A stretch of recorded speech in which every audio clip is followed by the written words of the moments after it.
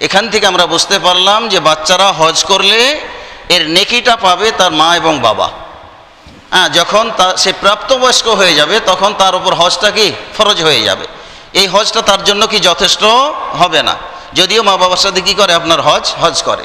মুহতারাম মুআজ্জাজ মুসল্লিন কিরাম, যাবতীয় প্রশংসা গুণগান ওই আল্লাহ রাব্বুল আলামিনের জন্য, যে আল্লাহ রাব্বুল আলামিন আমাদেরকে বাঁচিয়ে রেখেছেন, সুস্থ রেখেছেন, যার ফলে আমরা মসজিদে আজকে সালাতুল জুমা আদায় করতে আসতে পেরেছি। আল্লাহ রাব্বুল আলামিন এই পৃথিবীর বুকে তার অসংখ্য বান্দাকে হয়তোবা বাঁচিয়ে রেখেছেন, কিন্তু মসজিদে আসার তাদের হয়তোবা সৌভাগ্য হবে না। আবার আল্লাহ রাব্বুল আলামিন আমাদেরকে সুস্থ রাখার ফলে আমরা আসতে পেরেছি। আমাদের মাঝে অনেক ভাই, মা এবং বোনেরা আছেন যাদেরকে আল্লাহ রাব্বুল আলামিন সুস্থ না রাখার ফলে, অসুস্থ হয়ে যাওয়ার কারণে কেউ হয়তোবা বাসায় রয়েছে, কেউ হয়তোবা হাসপাতালের বেডে আছে। শত ইচ্ছা থাকা সত্ত্বেও তারা মসজিদে সালাতুল জুমা আদায় করতে আসতে পারেনি। তো এই দুই দিক থেকে আল্লাহ রাব্বুল আলামিন আমাদেরকে সৌভাগ্যবান এবং শ্রেষ্ঠত্ব দান করেছেন যে আল্লাহ আমাদেরকে বাঁচিয়েও রেখেছেন, সুস্থ রেখেছেন, যার ফলে আমরা আজকে মসজিদ পর্যন্ত আসতে পেরেছি। অতএব খুতবার শুরুতেই আমরা আল্লাহর দরবারে শুকর এবং প্রশংসা জানিয়ে আমরা খুতবায় আলোচনা করার এবং শোনার চেষ্টা করব। আমরা যারা উপস্থিত হয়েছি আল্লাহ রাব্বুল আলামিনের দরবারে শুকর আদা করি, প্রশংসা জানাই এবং আল্লাহ রাব্বুল আলামিনের বানানো জবান দিয়ে আমরা সকলেই পড়ি আন্তরিকভাবে আলহামদুলিল্লাহ। অসংখ্য অগণিত দুরূদ এবং সালাম বর্ষিত হোক সেই নবীর ওপর যিনি রাহমাতুল লিল আলামিন, সর্বকালের সর্বযুগের শ্রেষ্ঠ নবী, সবার শেষ নবী, যার পরে আর কোনো নবী আসবেন না কিয়ামত পর্যন্ত, যিনি শান্তির পথ আমাদেরকে দেখিয়েছেন। আমাদের কি করতে হবে তিনি বলে দিয়ে গিয়েছেন, আমাদের জন্য কি করা যাবে না সেটা আমাদেরকে নিষেধ করে গিয়েছেন। তো তার বাতলে দেওয়া যে পথ, যে নির্দেশনা আমাদেরকে দিয়েছেন, তার নির্দেশ যদি আমরা মানতে পারি, ইহকালেও শান্তি, পরকালেও আমাদের শান্তি। অতএব এদিক থেকেও আমরা সৌভাগ্যবান যে আল্লাহ রাব্বুল আলামিন শ্রেষ্ঠ নবীর আমাদেরকে শ্রেষ্ঠ উম্মাত বানিয়েছেন। তাই আল্লাহর প্রশংসা শুকরিয়ার পরে আমাদের পক্ষ থেকে অসংখ্য অগণিত দুরূদ এবং সালাম পেশ করি তিনি আমাদের প্রিয় নবী সাইয়্যিদুল মুরসালিন খাতামুল আম্বিয়া নবী মুহাম্মদুর রাসূলুল্লাহ সাল্লাল্লাহু আলাইহি ওয়াসাল্লাম তার উপর। আল্লাহুম্মা সাল্লি আলাইহি আল্লাহুম্মা বারিক আলাইহি। সম্মানিত ভাইয়েরা, মা এবং বোনেরা, আল্লাহ রাব্বুল আলামিন যারা আমরা মুসলমান হিসাবে যারা আমরা দাবি করে থাকি, আল্লাহ রাব্বুল আলামিন আমাদের ওপর অনেক বিধিবিধান ফরজ করেছেন। তার মধ্যে উল্লেখযোগ্য হচ্ছে 5টি ভিত্তির ওপরে আমাদের ইসলাম প্রতিষ্ঠিত হবে, আমাদের ঈমান প্রতিষ্ঠিত হবে 6টি জিনিসের ওপর। ইসলাম প্রতিষ্ঠিত হবে 5টি জিনিসের ওপর। এই 5টি জিনিস আমাদের জন্য ফরজ। আল্লাহ রাব্বুল আলামিন এটা ফরজ করেছেন। একটি হাদিসে রাসূলুল্লাহ সাল্লাল্লাহু আলাইহি ওয়াসাল্লাম বলেছেন, বুনিয়াল ইসলামু আলা খামস, ইসলামের ভিত্তি হলো 5টি জিনিসের ওপর। তার মধ্যে 1 নম্বর কাজই হচ্ছে শাহাদাতি আল্লা ইলাহা ইল্লাল্লাহ ওয়া আন্না মুহাম্মাদার রাসূলুল্লাহ, যে সাক্ষ্য দেওয়া যে আল্লাহ ছাড়া অন্য কোনো সত্য মাবুদ নাই এবং মুহাম্মদ সাল্লাল্লাহু আলাইহি সাল্লাম আল্লাহর প্রেরিত রাসূল। এরপরে 2 নম্বর যেটা ওয়া ইকামিস সালাহ, এই সাক্ষ্য দিয়েই আমাদের চুপচাপ বসে থাকলে চলবে না। 2 নম্বর কর্মসূচিতে আমাদেরকে যেতে হবে। 2য় ফরজ কাজটি আমাদের আদায় করতে হবে, সেটি হলো 5 ওয়াক্ত সালাত ওয়া ইকামিস সালাহ। 5 নম্বর, 5-এর ভিতরে আপনার এটা হলো 2য় নাম্বার, এটা ফরজ করতেই হবে। যারা আমরা নিজেদেরকে মুসলমান বলে দাবি করি, কালেমা পড়েছি যারা, বা কালেমা পড়া ঘরে যাদের আমাদের জন্ম, 2য় নম্বর কাজ সালাত আদায় করতে হবে, কাউরি ছাড় নাই। প্রাপ্তবয়স্ক হওয়া থেকে শুরু করে মৃত্যুর আগ পর্যন্ত যদি আমাদের হুঁশ না হারায়, আমাদের জ্ঞান থাকে, তাহলে আমাদের সালাত আদায় করতেই হবে। উপায় নাই। 3 নাম্বার হচ্ছে ওয়া ইতা ইজ যাকাহ, এটা সবার জন্য নয়, যাদের আল্লাহ রাব্বুল আলামিন অর্থ সম্পদ দিয়েছেন, যে পর্যায়ে পৌঁছলে আমাদের যাকাত আদায় করতে হয়, এই ফরজটাও আমাদের আদায় করতে হবে। কাউরি ওপর যদি যাকাত ফরজ হয়ে থাকে আদায় না করে গুনাহগার হবে, গুনাহগার হবে, এর জন্য শাস্তি হবে। 4 নাম্বার যেটা, সেটা হলো সাওমি রমাজান, রমজান মাসে সিয়াম পালন করা। সেটাও শর্ত সাপেক্ষে প্রাপ্তবয়স্ক হওয়া থেকে নিয়ে আপনার শর্ত সাপেক্ষে সবার জন্য সিয়াম ফরজ, এটা কি আমাদের আদায় করতে হবে। এবং 5 নাম্বার যেটা ইসলামের ভিত্তি, সেটা হলো ওয়াহাজ্জিল বাইতি লিমান ইসতাতা ইলাইহি সাবিলা, এটাও অর্থের সাথে সম্পৃক্ত। যাদের অর্থ আছে মক্কা পর্যন্ত পৌঁছার, তাদের আপনার হজ করতে হবে, এটা হলো ফরজ।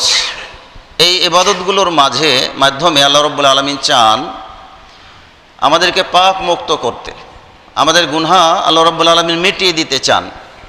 আমরা যেন এই আমলগুলো করি, ফরজ কাজগুলো করি, এর মাধ্যমে আল্লাহ আমাদেরকে গুনাহ মুক্ত করে কবরে নিয়ে যেতে চান, এবং সেখান থেকে আল্লাহ রাব্বুল আলামিন হাসর নাসরের পরে আমাদেরকে জান্নাতে দিতে চান। আল্লাহর উদ্দেশ্যই হচ্ছে এটা।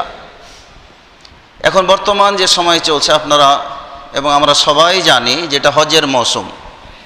হজের মৌসুম শুরু হয় আপনার শাওয়াল থেকে, শাওয়াল, জিলকাদ, জিলহজ, এই 3 মাস হচ্ছে হজের মাস।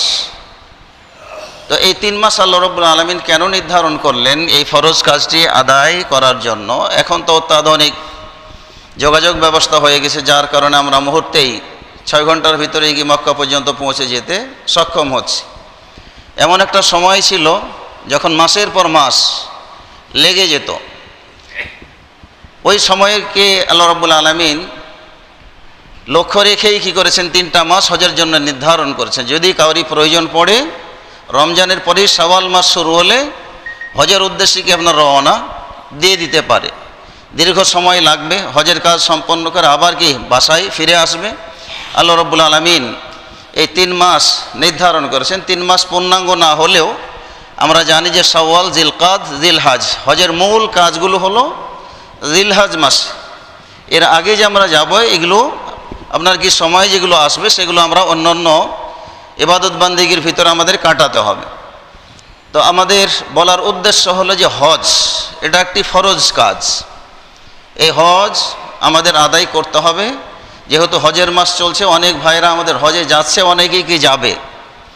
তো এই উদ্দেশ্যেই আজকে আমরা খুতবায় আলোচনা করতে চাচ্ছি যে হজ এটা একটি ফরজ বিষয়, আর সেটাও মক্কা কেন্দ্রিক। মানে সেই কাজগুলো সারতে হবে, আনুষ্ঠানিকতা সারতে হবে মক্কায়, এবং হজের অন্য কোনো কাজ অন্য কোনো জায়গায় কি আপনার করার বিধান নাই। তো এখানেই এই হজের নির্দিষ্ট কিছু কাজ এগুলো আমাদের করতে হয়। তার মধ্যে 1 নম্বর হলো মক্কা কেন্দ্রিক। তারপরে আপনার মক্কা থেকে মিনার যে ঐতিহাসিক স্থান, সেখানে কিছু হজের কাজ আছে। এরপরে কিছু ঐতিহাসিক স্থান যেটা আরাফার ময়দান, সেখানে আছে। এরপরে মুজদালিফা আরেকটি স্থান, সেখানেও হজের কি আছে, আনুষ্ঠানিকতা রয়েছে।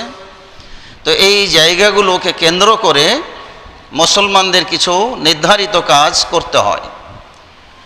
তো আমাদের মূল হলো মক্কা। এই মক্কা, এটাকে কেন্দ্র করে হজের অনেক কাজ জড়িয়ে আছে। ঐতিহাসিক ঘটনা প্রবাহ এই মক্কাকে কেন্দ্র করে কি আপনার দাঁড়িয়ে আছে। এই জন্য আমাদের মক্কার ইতিহাস এটাও জানা দরকার। মুসলিম হিসাবে মক্কা কিভাবে নির্মিত হলো, কিভাবে আল্লাহ রাব্বুল আলামিন সেটাকে সংরক্ষণ করেছেন। কালে কালে যুগে যুগে মক্কাকে ধ্বংস করার অনেক চেষ্টাও করা হয়েছে। এই মক্কার ফজিলত কি, মসজিদে হারামের যে ফজিলত কি, এই বিষয়গুলো অনেক ইসলামে গিয়ে আমাদের সাথে সম্পৃক্ত, মুসলমানের সাথে সম্পৃক্ত। তো আল্লাহ রাব্বুল আলামিন হজ ফরজ করেছেন। এই হজ অনেকের ওপর ফরজ হয়ে আছে, অথচ আমরা হজ করছি না। এটার জন্যও কিন্তু আমাদের গুনাহ হচ্ছে। অতএব যখনই হজ ফরজ হয়ে যাবে, অবস্থা যখনই আমাদের এরকম আল্লাহ রাব্বুল আলামিন তৈরি করে দেবেন, সাথে সাথে হজ করে নেওয়া। আল্লাহ তাআলা হজ যে ফরজ করেছেন,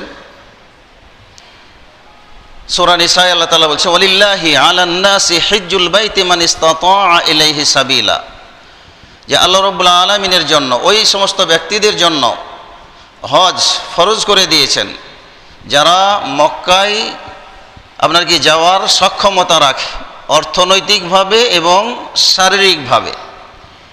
এই দুই শক্তি যাদের আছে, ক্ষমতা যাদের আছে, আল্লাহ রাব্বুল আলামিন তাদের ওপর হজকে ফরজ করেছেন।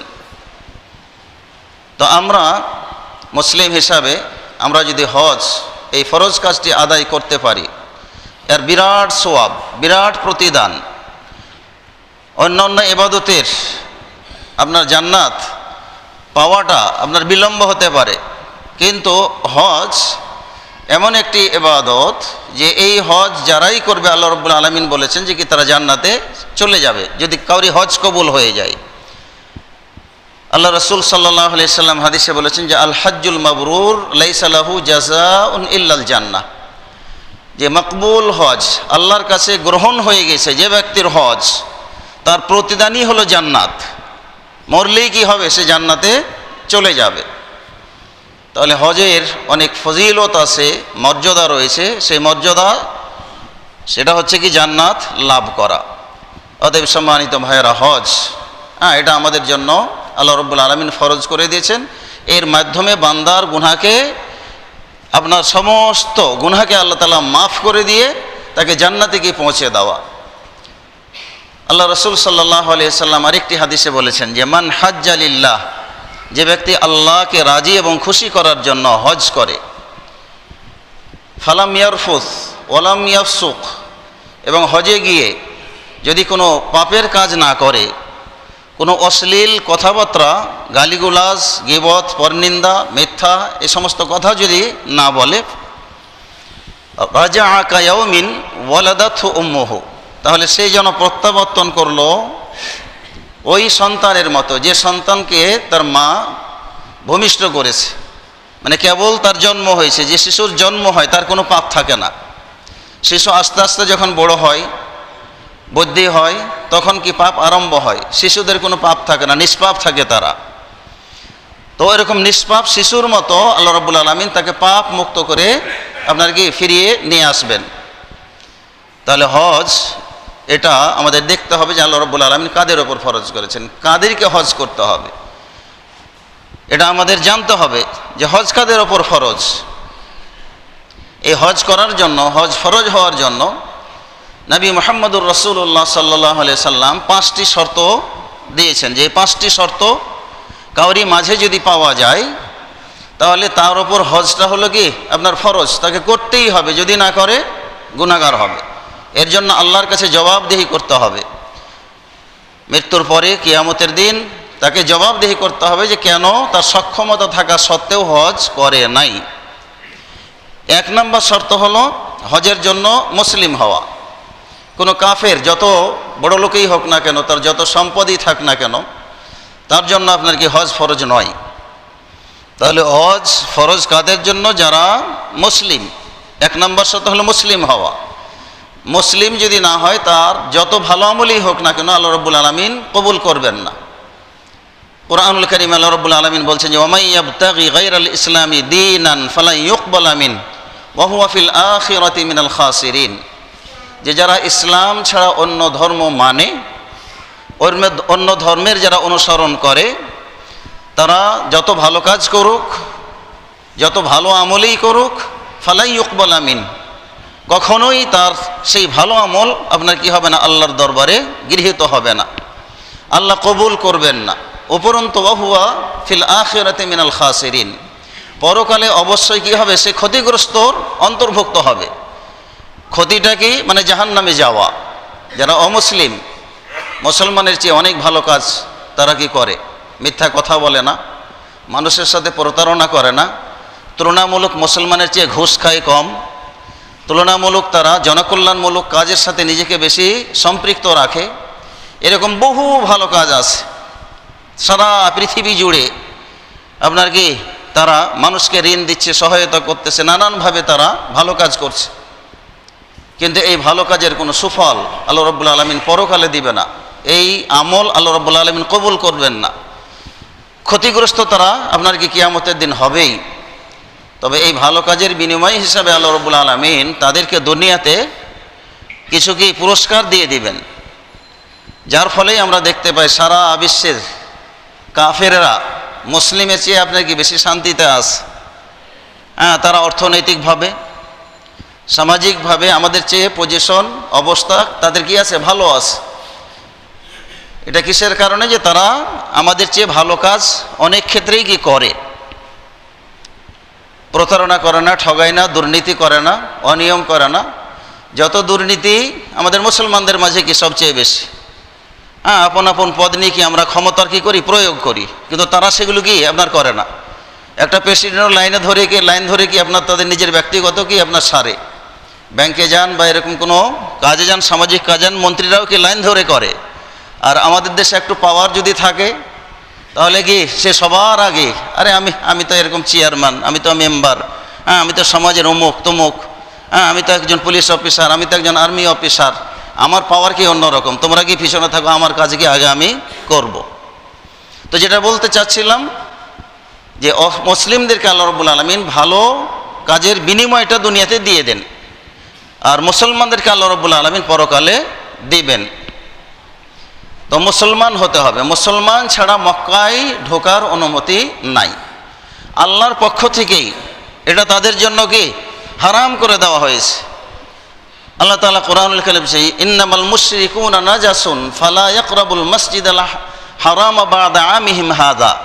যে যারা মুশরিক তারা হলো নাজাস, এরা হলো অপবিত্র, তারা তাওহীদ আল্লাহর একত্ববাদের এই কালেমা স্বীকৃতি দেয় নাই, পড়ে নাই, অতএব এরা হলো অপবিত্র। মূর্তি পূজা করে, দেবদেবীর পূজা করে, পাথর গাছগাছালি ইত্যাদি কি তারা পূজা করে, এই দৃষ্টিকোণ থেকে তারা হলো নাজাস। ফালা ইয়াকরাবুল মাসজিদাল হারাম বা'দা আমিহিম হাযা। এই বছরের পরে কোনো মুশরিক যেন কি এই মসজিদে হারামের নিকটবর্তীও না আসে। আল্লাহ রাব্বুল আলামিনের পক্ষ থেকে হারাম করে দেওয়া হয়েছে মক্কা বিজয়ের পরে। তাহলে মক্কা বিজয়ের আগেও মুশরিকেরা তারাও কিন্তু কাবা ঘরের সম্মান করত এবং সেখানে তারা তোয়াফ করত, সেখানে গিয়ে ইবাদত বান্দেগি তাদের নিয়মে তারা কি করত, পালন করত। কাবা ঘরের মর্যাদা তাদের নিকটেও কি ছিল। যখন আমাদের নবী মুহাম্মদুর রাসূলুল্লাহ সাল্লাল্লাহু আলাইহি ওয়াসাল্লাম মক্কা বিজয় করলেন, মক্কা বিজয় করার সাথে সাথেই আল্লাহ রাব্বুল আলামিনের পক্ষ থেকে আয়াত নাজিল হলো, যারা হলো নাজাস, অপবিত্র, যার কারণে তারা এই মসজিদের ধারে কাছেও যেন না আসে, তাদেরকে নিষিদ্ধ করে দাও। এবং সেই নিষেধাজ্ঞা আল্লাহ রাসূলের মক্কা বিজয় থেকে নিয়ে এখন পর্যন্ত কি সেই নিষেধাজ্ঞা আছে। হুদুদে হারামের ভিতরে মক্কা একটা হলো কি ডিস্ট্রিক্ট, তো মক্কা তো বিশাল ডিস্ট্রিক্ট, অন্য কোনো জায়গায় কি মুশরিকদেরকে ঢোকা জায়েজ আছে, কিন্তু হুদুদে হারাম যেটা সীমারেখা হারামের, সেখানে আপনার কি কোনো শাসকই এলাও করে না যে সেখানে কি আপনার ঢোকুক। এটা আল্লাহ রাব্বুল আলামিনের পক্ষ থেকে কি আপনার নিষেধ। যে এই মসজিদে হারামের অক্ষুণ্ণতা মর্যাদা এটা যেন কি অক্ষুণ্ণ থাকে, তো এই ব্যবস্থা আল্লাহ রাব্বুল আলামিন করেছেন। তাহলে একমাত্র মুসলিম যারা তারাই আপনার কি হুদুদে হারামের ভিতরে ঢোকার অনুমতি আছে, অমুসলিম যারা তাদের ঢোকার অনুমতি নাই। এখনও যারা মক্কা মদিনায় গেছেন লেখা আছে যে তারিক লিগাইরিল মুসলিমিন, কোনো অমুসলিম মক্কায় হয়তো ঢুকেছে, মদিনায় হয়তো কি এসেছে, কিন্তু হারামের ভিতরে যেতে পারবে না। হারামের সীমারেখার আগেই তাদের হোটেল বা থাকার যে এলাকা রাস্তাকে দিয়ে দেওয়া আছে যে ওই এলাকাতে গিয়ে তোমরা বসবাস করো, সেখানে গিয়ে তোমরা থাকো এবং ঘুরো এবং দেখো, কিন্তু এর সীমারেখায় কি আসতে পারবে না। এটা আল্লাহর পক্ষ থেকে মক্কা এবং মদিনা দুইটা পবিত্র স্থানে কোনো অমুসলিমকে ঢোকার কি সুযোগ দিবে না। হয়তো মক্কার অন্য কোনো জায়গায় এসে আমরা অনেক সময় বলি যে সৌদি সরকার তো মানে ঢোকার অনুমতি দিয়ে দিছে, না, হুদুদে হারামের ভিতরে আসতে দেয় না, সে যে দেশেরই প্রেসিডেন্ট হোক না কেন, তার অ্যালাউ নাই। তো এক নম্বর যেটা শর্ত হলো মুসলমান হওয়া। মুসলমান হলে আমরা মক্কা দেখার সুযোগ আছে, না হলে নাই। মুসলমান হলে মসজিদে নববী দেখার সুযোগ আছে, তা না হলে কি আপনার মসজিদে নববী দেখার কোনো সুযোগ নাই। তাহলে আমাদের মুসলমান হতে হবে। তো আলহামদুলিল্লাহ আমরা এই শর্ত আমাদের আছে যে আমরা যেহেতু মুসলমান ঘরে জন্ম নিয়েছি, আমরা মুসলিম, আমরা যেতে পারবো, সেই সুযোগটা আমাদের আছে। দ্বিতীয় নাম্বার হলো আল আকল। মানে আমরা হয়তো মুসলিম কিন্তু আমার বিবেক নাই, আমি বুঝি না, আমি পাগল। তাহলে পাগল ব্যক্তির জন্য আপনার কি হজ এটা ফরজ না। কোনো পাগলের জন্য তার অর্থ আছে, সম্পদ আছে, সব কিছুই আছে, সে মুসলিম কিন্তু তার বিবেক নাই। তো বিবেক যদি না থাকে তাহলে ওই ব্যক্তির জন্য আপনার কি হজ ফরজ নয়। সেটাও নবী মুহাম্মদুর রাসূলুল্লাহ সাল্লাল্লাহু আলাইহি সাল্লাম হাদিস দ্বারা প্রমাণ করে দিয়েছে। রুফিআল কালাম আন সালাসিন, যে 3 ব্যক্তির গুনাহ লেখা থেকে আল্লাহ রাব্বুল আলামিন কলম উঠিয়ে নিয়েছেন, ওই ব্যক্তিদের গুনাহ লেখা হবে না। তার মধ্যে এক ব্যক্তি হলো আপনার কি আনিন নাইম হাত্তা ইস্তাইকিজ, কোনো ঘুমন্ত ব্যক্তি ঘুমের ভিতরে যত পাপ কাজ করুক, ঘুমের ভিতরে আমরা অনেকেই অন্যায় করি, হয়তো চুরি করি, নাহলে ডাকাতি করি, নানান কিছু কি আমরা দেখি। তো এই ঘুমের ভিতরে আমরা যাই করি জাগ্রত না হওয়া পর্যন্ত এর গুনাহ আল্লাহ রাব্বুল আলামিন কি আপনার লিখবেন না। দ্বিতীয় নাম্বারই আনিল মাজনুন হাত্তা ইউফিক, এবং কোনো পাগল যত অন্যায় করুক, কাউকে মারুক, কাটুক, হত্যা করুক, এমনকি কাউকে যদি হত্যাও করে ফেলে, তাহলে তারও গুনাহ আল্লাহ রাব্বুল আলামিন লিখবেন না। যেহেতু সে পাগল, বুঝে না, তার জ্ঞান নাই, বিবেকহীন, তাহলে পাগলের কোনো আপনার কি অপরাধের গুনাহ আল্লাহ রাব্বুল আলামিন লিখবেন না। 3 নাম্বার যেটা, সেটা হলো আপনার আনিস সাবি হাত্তা ইয়াকিল, যে ওই যে বাচ্চা যার এখনও কি বুদ্ধি হয় নাই, তাহলে আমরা বুঝতেই পারছি যে আপনার 2 নাম্বার শর্ত হলো আপনার কি করা, আল আকল, জ্ঞানবান হওয়া, বুঝ সম্পন্ন হওয়া। 3 নাম্বার হলো প্রাপ্তবয়স্ক হওয়া। আমরা যখন প্রাপ্তবয়স্ক হব, প্রাপ্তবয়স্ক হওয়া এটা আমরা কিভাবে নির্ধারণ করব, সেটা হচ্ছে যে নারী এবং পুরুষের কিছু আলামত যেগুলো প্রকাশিত হবে, তখন থেকেই বুঝতে হবে যে সে কি প্রাপ্তবয়স্ক হওয়ার বয়সে উপনীত হয়ে গেছে। আমরা যারা পুরুষ মানুষ, একটা সময় ছিল আমাদের মোষ ছিল না, আমাদের দাড়ি কি, মুখে কোনো চুল ছিল না, আরও অন্য কোনো জায়গায় কি আপনার কোনো চুল ছিল না, ক্লিন পরিষ্কার ছিল। এমন একটা বয়সে আমরা চলে এসেছি, তখন আমাদের দাড়ি গজায়, মোজ গজায়, আরও অন্য জায়গার কি আপনার চুল গজায়। তাহলে এই আলামতগুলো যদি আমাদের কাউরি হয়ে যায়, তাহলে আমরা কি প্রাপ্তবয়স্ক হয়েছি এটা আমাদের বুঝে নিতে হবে। একটা বয়স পর্যন্ত কাউরি হয়তো স্বপ্নদোষ হতো না, এরকম বয়স হয়ে গেছে যখন কি আপনার স্বপ্নদোষ হয়, এগুলো হচ্ছে আপনার কি প্রাপ্তবয়স্ক হওয়ার আলামত। নারীদের জন্য স্পেশালভাবে যেটা আলামত সেটা তো আছেই। আপনার কোনো নারীর পিরিয়ড হলেই, শুরু হলেই বুঝতে হবে যে সে প্রাপ্তবয়স্কে পৌঁছে গেছে। তো এগুলো হলো আলামত। তা প্রাপ্তবয়স্ক না হলে তার ওপর অর্থ যতই থাক, তার যতই সম্পদ থাক, শারীরিক সক্ষমতা যতই থাক, তার উপর হজ কি আপনার ফরজ নয়। তাহলে প্রাপ্তবয়স্ক হওয়া এটাও কি হজ ফরজ হওয়ার একটা অন্যতম শর্ত, প্রাপ্তবয়স্ক হতে হবে। এখন প্রশ্ন আসে, যদি কোনো বাচ্চা বাবা মার সাথে হজ করে, তাহলে তার হজ হবে কি হবে না? তো এই বিষয়ে নবী মুহাম্মদুর রাসূলুল্লাহ সাল্লাল্লাহু আলাইহি ওয়াসাল্লাম পরিষ্কার করে দিয়েছেন। এক মহিলা তার একটা বাচ্চাকে রাফাআত সাবিয়াহা, তার বাচ্চাকে উপরে তুলে ধরলেন, একটু উঁচু করে তুলে ধরলেন আল্লাহ রাসূলের সামনে। তুলে ধরার পর জিজ্ঞেস করলেন যে আহাজ্জুন লিহাদার রাজুল, যে এই ব্যক্তির জন্য কি হজ ফরজ হয়েছে?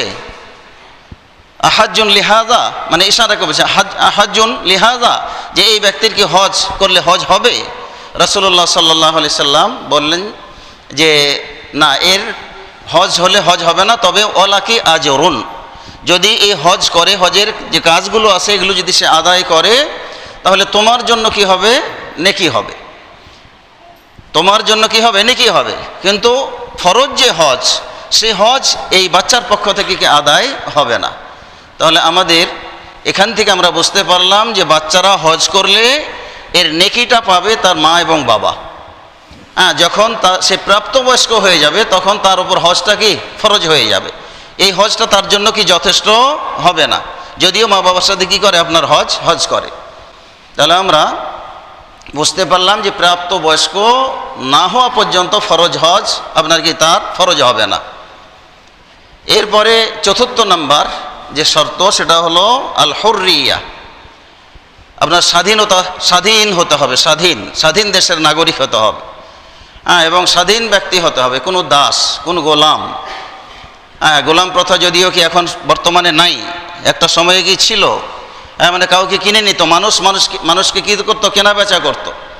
তো গোলাম বা যারা দাস তাদের জন্য কি আপনার হজ ফরজ নয়, স্বাধীন হতে হবে, স্বাধীন দেশের স্বাধীন নাগরিক হতে হবে। এটাও কি আপনার হজের জন্য আপনার শর্ত। এবং লাস্ট যেটা পঞ্চম নম্বর যে শর্ত, এটা ইম্পর্টেন্ট শর্ত সবচেয়ে, সেটা হলো আল ইস্তিতা, সক্ষমতা আপনার কি হওয়া। সক্ষমতা দুইভাবে কি আপনার হয়ে থাকে, একটা হলো আল ইস্তিতা বিল মাল আর আল ইস্তিতা বিল কুদরা। একটা হলো শারীরিক সক্ষমতা আর একটা হলো অর্থনৈতিক সক্ষমতা। হয়তো কাউরি দেখা যাচ্ছে যে আপনার অর্থনৈতিক সক্ষমতা আছে, টাকা পয়সা আছে মাশাআল্লাহ, কিন্তু তার শারীরিক সক্ষমতা নাই, সে হাঁটতে পারে না, চলতে পারে না, অসুস্থ, দুর্বল হয়ে গেছে। তো এরকম ব্যক্তির জন্য কি আপনার হজ ফরজ নয়। তাহলে সক্ষমতা থাকতে হবে। আমরা বাংলাদেশের মানুষ হজে যাই যখন আমাদের সক্ষমতাটা থাকে না, তখন আমরা হজে যাওয়ার প্ল্যান করি। তাহলে এরকম বহু যুবক ভাই আছি আমরা, যাদের শারীরিক সক্ষমতাও আছে, অর্থনৈতিক সক্ষমতাও আছে, তারপরেও কি হজ করছে না। এই হজ যদি না করি, বিলম্ব করতে করতে একেবারে লাস্ট বয়সে গিয়ে আমরা এই ফরজ কাজটি যদি আদায় করি, এই বিলম্ব করার কারণেই কি আল্লাহ রাব্বুল আলামিনের কাছে আমাদের জবাবদেহি করতে হবে। বর্তমান সময়ে হজ করাটা আমাদের জন্য মানে কি একটু জটিলও হয়ে গেছে, আমাদের খরচ কি আপনার বেড়ে গিয়েছে, যার ফলে অনেক ভয় কি আমরা হজে যেতে পারি না। তো যাই হোক, এই 5টি শর্ত যদি কাউরি মাঝে থেকে থাকে তাহলে তার ওপরও হজ করা আপনার কি ফরজ। এবং মহিলাদের জন্য আরেকটি শর্ত হলো যে মাহরাম হতে হবে। মাহরাম যদি না থাকে তাহলে তার ওপর কি হজ ফরজ নাই, হজ কি ফরজ হবে না, মাহরাম থাকতে হবে। মাহরাম নাই, হজ করবেন না, আপনি কি গুনাহগার হবেন না, যেহেতু মাহরাম নাই। মাহরাম থাকলে তখন কি মহিলাদের জন্য হজ করা আপনার ফরজ। তো অর্থনৈতিক আলহামদুলিল্লাহ অনেকের সচ্ছলতা আছে, অথচ আমরা কি হজে যাচ্ছি না। হজ ফরজ হয়ে বসে রয়েছে হয়তো অনেকের ওপর, একেবারে আমরা অপেক্ষা করছি, একেবারে আমরা মনে করি যে হজ ওই সময়ই করব যখন ছেলে মেয়ে সবাইকে প্রতিষ্ঠিত করে দিতে পারবো, তারপরে এক একজনকে লাইনে লাগিয়ে দিতে পারবো, নাতি নাতনি যখন হবে তখন সব ক্লিয়ার করে তারপরে কি হজে যাব।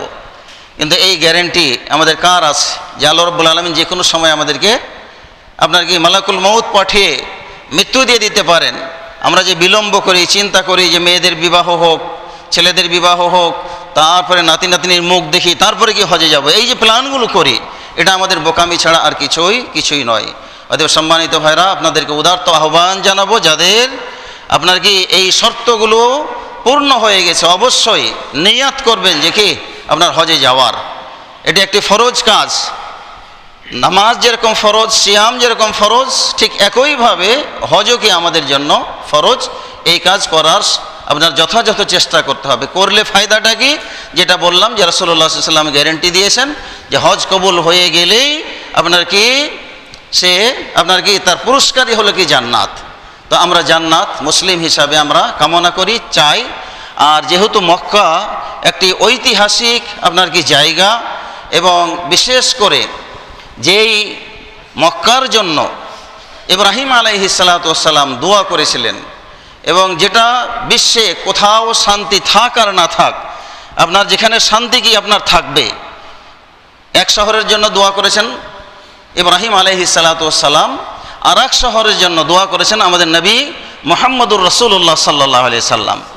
এবং এইভাবেই বলেছেন আল্লাহর রাসূল যে তোমার খলিল ইব্রাহিম মক্কার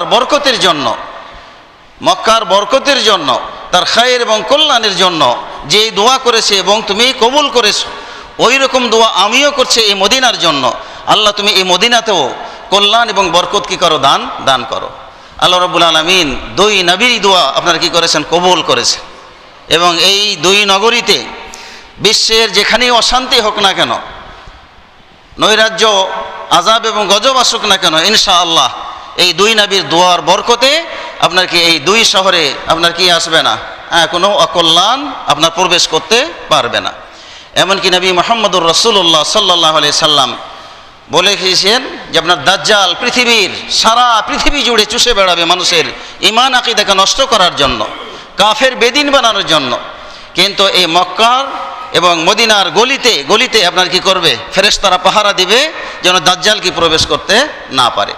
তো এরকম একটি জায়গা, সেই শান্তির জায়গা আমরা কি যাওয়ার জন্য আমাদের মনের ইচ্ছা, নিয়াত, এটা আমাদের করা উচিত। আল্লাহ রাব্বুল আলামিন হয়তো অনেকের অর্থ নাই, চিন্তা করতে পারে যে আমার তো অর্থ নাই, আমি কি করে নিয়াত করব। তাদেরও আল্লাহ রাব্বুল আলামিন হয়তো বা ব্যবস্থা করে দিতে পারেন, যে কোনোভাবে মানে কি আল্লাহ রাব্বুল আলামিন একটা কি ব্যবস্থা করে দিতে পারেন। সৎ ইচ্ছা এটা আমাদের প্রত্যেকের থাকা উচিত। আর আশা করি মুসলিম হিসাবে আমাদের প্রত্যেকেরই দিলের একটা তামান্না, মনের একটা আকাঙ্ক্ষা এটা আমাদের আছে যে যদি একবার মক্কায় কি যেতে পারতাম, যদি একবার মদিনা জিয়ারতে কি যেতে পারতাম। তো সেই মক্কা পৃথিবীর সর্বপ্রথম ঘর। আল্লাহ রাব্বুল আলামিন কোরআনুল কারীমে বলেছেন, ইন্না আউওয়ালা বাইতিন উযিআ লিন-নাস লাল্লাযী বিবাক্কাতা মুবারাকান ওয়া হুদাল লিল আলামিন, যে নিশ্চয় পৃথিবীর বুকে সর্বপ্রথম যেটা মানুষের জন্য নির্মাণ করা হয়েছে, যেই ঘর নির্মিত হয়েছে, ইন্না আউওয়ালা বাইতিন উযিআ লিন-নাস লাল্লাযী বিবাক্কা, অবশ্যই সেই ঘরটি হলো মক্কায়, মুবারাকান ওয়া হুদাল লিল আলামিন। আর এই ঘর হচ্ছে বরকতময়, সারা বিশ্বের সকল মুসলমানের জন্য আপনার কি হিদায়াত। এখানে গিয়ে আমরা অনেক কিছু শিখতে পারি, এখানে গিয়ে আমরা অনেক বরকতকে অর্জন করতে পারি। হুদাল মুবারাক ওয়া হুদাল লিল আলামিন, সারা বিশ্ব জগতের জন্য কি হিদায়াত। তাহলে সর্বপ্রথম ঘর হচ্ছে আপনার কি এই মক্কার নগরীতে যে কাবা ঘর, এই কাবা ঘর সর্বপ্রথম আল্লাহ রাব্বুল আলামিন এই পৃথিবীতে কী করেছেন, নির্মাণ করেছেন। ইতিহাস আমরা জানি, আদম আলাইহিস সালাতু ওয়াস সালাম এবং হাওয়া দীর্ঘদিন জান্নাত থেকে আল্লাহ রাব্বুল আলামিন যখন তাদেরকে বের করে দিলেন, এই দুনিয়াতে আসলেন, আসার পরে তাদের সেই অপরাধ, মাত্র একটা অপরাধ করেছিল আদম আলাইহিস সালাতু ওয়াস সালাম এবং হাওয়া, একটা অপরাধ করেছিল। সেই অপরাধের কারণে শাস্তি হিসাবে আল্লাহ রাব্বুল আলামিন জান্নাত থেকে দুনিয়াতে কী করলেন, পাঠালেন যে যাও দুনিয়ার একটু মজাটা চেখে আস, কেমন লাগে, তোমরা কি যাও। আর শয়তান একটা অপরাধ করেছিল, সেটা হলো যে আদম আলাইহিস সালাতু ওয়াস সালামকে বানানোর পরে সিজদা করে নাই, তো তাকে বের হতে হয়েছিল আগে শয়তানকে। এবং আদম আলাইহিস সালাতু ওয়াস সালামকে নিষেধ করা হয়েছিল যে এই গাছের স্বাদ গ্রহণ করিও না। কিন্তু তারা উভয়ই কী করেছিল, ফালাম্মা যাকাশ শাজারাতা, উভয়ই যখন গাছের স্বাদ গ্রহণ করলো, তাদেরকে আপনার কি জান্নাত থেকে বের করে দেওয়া হলো, উলঙ্গ করে, বিবস্ত্র করে আপনার কি বের করে দেওয়া হলো। মানে অপমান কাকে বলে, মানে একটা আপনার কি কাপড় পরিহিত কোনো ব্যক্তি, একটা বাচ্চাকেও যখন সে তার বুঝ হয়, তাকে যদি আপনার ন্যাংটা করেন, তার লজ্জা লাগে, শরম লাগে, বারবার কি ঢাকার কি করে, চেষ্টা করে। তো আদম আলাইহিস সালাতু ওয়াস সালাম এবং হাওয়া তাদেরকে বিবস্ত্র করে আল্লাহ রাব্বুল আলামিন জান্নাত থেকে বের করছেন। তখন তারা জান্নাতের পাতাগুলো নিয়ে কি করছেন, মানে ঢাকছেন।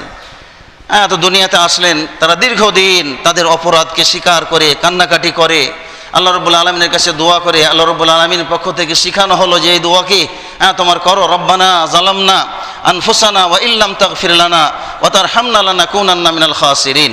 তারা উভয়ই বলল যে রব্বানা জালামনা, আমরা নিজেদের প্রতি জুলুম করেছি, অন্যায় করেছি, তোমার হুকুমকে আমরা কি লঙ্ঘন করেছি। ওয়া ইল্লাম তাগফির লানা, যদি ক্ষমা না করো, লানাকুনান্না মিনাল খাসিরিন, তাহলে অবশ্যই আমরা ক্ষতিগ্রস্ত অন্তর্ভুক্ত হয়ে যাব। এই দোয়া পড়তে পড়তে পড়তে পড়তে একটা পর্যায়ে আল্লাহ রাব্বুল আলামিন তাদের গুনাহ মাফ করলেন। আরাফার ময়দানে গিয়ে তাদের কি হলো, সাক্ষাৎ হলো। এবং স্বামী স্ত্রী এক জায়গায় ঘর সংসার করার পরে যদি আপনার বিচ্ছিন্ন হয়, আলাদা হয়, তাহলে অন্তরের কি যে জ্বালা, এটাকে আমরা বুঝতে পারি। আদম আলাইহিস সালাতু ওয়াস সালাম এক প্রান্তে, তারপরে হাওয়া খেলে গিয়ে এক প্রান্তে, দীর্ঘদিন তার আগে পারস্পরিক সম্পর্ক নাই, দেখা সাক্ষাৎ নাই, আপনার কি কথাবার্তা নাই। সেই আরাফার ময়দানে যখন দেখা, বহুদিন পরে দেখা হলে মনে কি আবেগটা আসতে পারে, কি খুশিটা কি আসতে পারে। সেই আরাফাত শব্দের অর্থ হলো পরিচিত, মানে ওই আরাফার ময়দানকে আল্লাহ রাব্বুল আলামিন উভয়ের পরিচিতর যে স্থান, সেটাকে আপনার কি সকল হাজিদের জন্য ঐতিহাসিক একটা জায়গা বানিয়ে দিলেন এবং হজের কি একটা রোকন বানিয়ে দিলেন। ওইখানে না গেলে কি হবে না, হজ হবে না। এবং আরাফার দিনটাই হলো কি আপনার মূল হজ। আরাফার ময়দানটাই হলো একজন হাজির জন্য কি মূল হজ, আল হাজ্জু আরাফা বলা হয়েছে, যে হজে আরাফাই হলো হজ। তাহলে ঐতিহাসিক জায়গায় আপনার কি তাদেরকে আল্লাহ রাব্বুল আলামিন ক্ষমা করেছিলেন। সেই আরাফার ময়দানে যখন তাদেরকে ক্ষমা করা হলো, তখন আবেদন করেছেন যে আল্লাহ, আমরা তো ইবাদত বান্দিগি করতাম জান্নাতে থাকা অবস্থায় বাইতুল মামুরে, তো আপনি ওই রকম একটি ইবাদতের জন্য আমাদের জন্য ঘর নির্মাণ করে দিন, আমরা সেই ঘরে ইবাদত বান্দিগি করব। আল্লাহ রাব্বুল আলামিন ফেরেশতাদের মাধ্যমে তিনি কি করলেন, এই মক্কা ঘর তৈরি করে দিলেন। ফেরেশতারা এই মক্কা ঘর তৈরি করে দিলেন, এবং সেই মক্কা ঘরেই আদম আলাইহিস সালাতু ওয়াস সালাম কি আপনার সালাত এবং ইবাদত বান্দিগি আপনার কি করা আরম্ভ করলেন। মনের কি আপনার তৃপ্তি আপনার কি আসতে শুরু হলো। এইভাবে পর্যায়ক্রমে তার পরবর্তীতে নবী আপনার কি রাসূল এবং এই হিসাবে আসলেন নূহ আলাইহিস সালাতু ওয়াস সালাম আসলেন, এবং তার সম্প্রদায়ের লোকেরা যখন চরম অন্যায় অপরাধে যখন লিপ্ত, নূহ আলাইহিস সালাতু ওয়াস সালামের কথা শুনছে না। 950 বছর কি আপনার দাওয়াত, রাত এবং দিন আপনার কি কোনো আরাম নাই, দাওয়াত দিচ্ছে তার উম্মতকে যে আসো আল্লাহর কাছে ক্ষমা চাও, কিন্তু তারা ঈমান আনো, কিন্তু তারা কেউ কি ঈমান আনছে না। এমন একটা পর্যায়ে গিয়ে আল্লাহ রাব্বুল আলামিন নূহ আলাইহিস সালাতু ওয়াস সালামকে বললেন যে এক কাজ করো, তোমার এই জাতি যেহেতু মুসলিম হচ্ছে না, মুসলমান হচ্ছে না, তোমার দাওয়াত কবুল করছে না, তো এদেরকে আমি ধ্বংস করব। তুমি কি করো, নৌকা বানাও, নৌকা বানাও। নৌকা বানানোর পরে যে এই কয়জন মুসলমান হয়েছে, যারা ঈমান এনেছে, এবং সেই সাথে পৃথিবীর যে প্রাণীগুলো আছে, এদের সবাইকে নিয়ে নৌকা বানানোর পরে তুমি কি করো, উঠো। ওয়াকাল আরকাবু ফিহা বিসমিল্লাহি মাজরিহা, এভাবে আল্লাহ রাব্বুল আলামিন বলেন যে নৌকাতে তুমি কি করো, আরোহণ করো।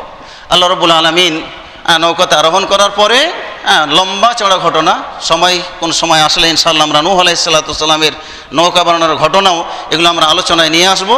তো নৌকা বানানোর পরে তিনি মানে কী করলেন, সবাইকে নিয়ে জোড়ায় জোড়ায় কী করলেন, উঠলেন, আর যে কয়জন মুসলিম হয়েছিল উঠলেন। আল্লাহ রাব্বুল আলামিন আপনার কি বন্যা শুরু করলেন, এবং সেই আসমান থেকে পানি বর্ষণ হয়, নিচে জমিন থেকেও কি আপনার পানি উঠে, এমনকি রান্না করা যে চুলা, সেই চুলার ভিতর থেকেও কি আপনার পানি উঠে।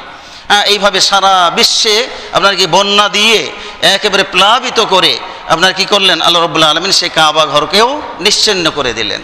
কাবা ঘরের অস্তিত্ব কি আপনার হারিয়ে গেল, কাবা ঘর আর খুঁজে পাওয়া যায় না, দেখা যায় না, কোথায় স্থান সেটাও কি নির্ণয় করতে পারে না। দীর্ঘ সময় পার হওয়ার পরে আল্লাহ রাব্বুল আলামিন আবার এই পৃথিবীর বুকে ইসলামকে জিন্দা করার জন্য, পৃথিবীতে আল্লাহর একাত্মবাদকে প্রতিষ্ঠা করার জন্য আল্লাহ রাব্বুল আলামিন ইব্রাহিম আলাইহিস সালাতু ওয়াস সালামকে নবী বানালেন, এবং তিনি আপনার কি করলেন, তার সন্তান আপনার ইসমাইল আলাইহিস সালাতু ওয়াস সালাম, তাকে যখন সেই বৃদ্ধ বয়সে যখন তার সন্তান হলো, তাকে নিয়ে আপনার কোথায় রেখে গেলেন, মক্কায় আপনার রেখে গেলেন। এবং দোয়া করেছিলেন, এই দোয়া করেছিলেন, সেই দোয়ার বরকত তিনি দোয়া করেছিলেন কি, যে ওয়াইদ ক্বালা ইব্রাহিম রব্বি জাআল হাযাল বালাদা আমিনা ওয়াজনুবনি ওয়া বানিয়া আন না'বুদাল আসনাম। আল্লাহ রাব্বুল আলামিন বলছে, স্মরণ করো ওই সময়ের কথা যখন ইব্রাহিম আলাইহিস সালাতু ওয়াস সালাম এই বলে দোয়া করেছেন যে রব্বি জাআল হাযাল বালাদা, যে এই নগরীকে, এই মক্কা শহরকে তুমি নিরাপত্তার শহর বানিয়ে দাও। রব্বি জাআল হাযাল বালাদা আমিনা ওয়াজনুবনি ওয়া বানিয়া আন না'বুদাল আসলাম, এবং আমাকে এবং আমার সন্তান যারা হবে তাদেরকে মূর্তি পূজা থেকে আল্লাহ তুমি বাঁচাও, রক্ষা করো, নাজাত দাও। এভাবে কি করেছিলেন, দোয়া করেছিলেন। তারপরে লম্বা আপনার কি ঘটনা আল্লাহ রাব্বুল আলামিন অনেকগুলো আয়াতে বর্ণনা দিয়েছেন, সে বিষয়গুলো ইনশাআল্লাহ আমরা আপনার কি, যেহেতু হজের সাথে আমাদের কুরবানি যে আসতেছে, কুরবানির সাথে আপনার ইব্রাহিম আলাইহিস সালাতু ওয়াস সালামকে কেন্দ্র করে অনেকগুলো ঘটনা আছে, সেই ইতিহাসগুলো আমরা জানার চেষ্টা করব। আজকে আমরা এই ইতিহাস পর্যন্ত মক্কা যে আল্লাহ রাব্বুল আলামিন প্লাবিত করে মক্কা যে শেষ হয়ে গেছিল ইব্রাহিম আলাইহিস সালাতু ওয়াস সালামকে এই ঘটনা দিয়ে, আবার সেই মক্কার যে আপনার ইতিহাস আল্লাহ রাব্বুল আলামিন তুলে ধরেছেন, সেই ইতিহাস ইনশাআল্লাহ আমরা আগামী জুমায় বা আগামী মাসে আমরা কি আলোচনা করার চেষ্টা করব। আল্লাহ রাব্বুল আলামিন আমাদেরকে, যাদের আল্লাহ রাব্বুল আলামিন শারীরিকভাবে, অর্থনৈতিকভাবে সক্ষমতা দিয়েছে আল্লাহ রাব্বুল আলামিন, ওই সমস্ত ব্যক্তি বা ভাইদেরকে আল্লাহ রাব্বুল আলামিন যেন হজে যাওয়ার আপনার কি করেন, সুযোগ করে দেন, সব আল্লাহুম্মা আমিন। এবং যারা করেছেন, হজ করেছেন, দেখেছেন, আমরা দোয়া করি তাদের হজ যেন আল্লাহ রাব্বুল আলামিন হজ্জে মাবরুর বা হজ্জে মাকবুল যেন আল্লাহ রাব্বুল আলামিন করেন, এবং আল্লাহ রাব্বুল আলামিন কবুল হজ যেন হয়ে যায়, এর জাযা হিসেবে আল্লাহ রাব্বুল আলামিন তাদেরকে জান্নাত দেন, সবাই আল্লাহুম্মা আমিন। এবং যারা আমরা এখনও ছোট আছি, আল্লাহ রাব্বুল আলামিনের কাছে দোয়া করি যে আল্লাহ রাব্বুল আলামিন আমাদেরকেও যেন আপনার কি হজে নিয়ে যাওয়ার আপনার সুব্যবস্থা আল্লাহ রাব্বুল আলামিন যেন করে দেন, সবাই আল্লাহুম্মা আমিন। বারাকাল্লাহু লানা ওয়া লাকুম ফিল কুরআনিল আযীম ওয়া নাফা'না ওয়া ইয়্যাকুম বিল আয়াতি ওয়ায যিকরিল হাকীম ইন্নাহু তাআলা জাওয়াদুন কারীমুন মালিকুম বাররুর রাউফুর রহিম।